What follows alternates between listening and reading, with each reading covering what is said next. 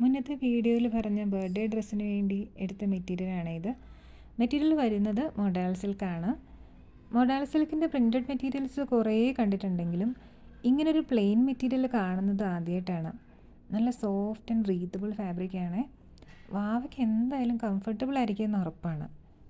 മുമ്പൊരിക്കൽ ക്ലോത്തിൻ്റെ കംഫർട്ടബിലിറ്റിയേക്കാളും ഉപരി ഭംഗി നോക്കിയെടുത്ത് സ്റ്റിച്ച് ചെയ്ത് ഫെയിലായിപ്പോയ ഒരു അനുഭവം എനിക്കുണ്ട്. കുഞ്ഞുവാവയ്ക്കുള്ള ഡ്രസ്സായതുകൊണ്ട് കംഫർട്ടബിൾ ആയിട്ടുള്ള മെറ്റീരിയൽസ് എടുക്കാൻ അത് പിന്നെ ഞാൻ ശ്രദ്ധിക്കാറുമുണ്ട്. ഭംഗി വേണമെങ്കിലും ഒത്തിരി ബീഡ്സ് വർക്ക് വരുന്ന മെറ്റീരിയൽസ് കുഞ്ഞുങ്ങൾക്ക് കംഫർട്ടബിൾ ആയിരിക്കണമെന്നില്ലല്ലോ. ഈ മെറ്റീരിയൽ ഞാനെടുത്തത് കല്യാൺ സിൽക്സിൽ നിന്നുമാണ്. അത് പറയാനുള്ള കാരണം അവിടെയുള്ള സ്റ്റാഫ് എനിക്ക് വളരെ കംഫർട്ടബിളാണ്. ഞാൻ പറയുന്നത് മനസ്സിലാക്കി അവർ നന്നായി ഹെൽപ്പ് ചെയ്യാറുണ്ട്.